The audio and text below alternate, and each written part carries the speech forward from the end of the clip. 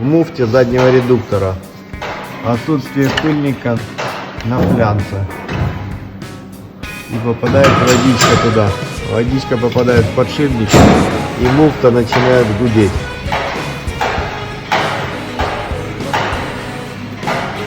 Вот вода. Так, вот они, капли воды. Ага, надо.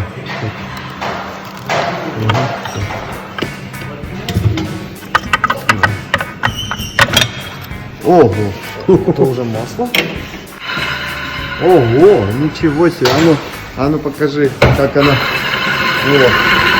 Вот так гудит муфта, включение полного привода на Toyota RAV4.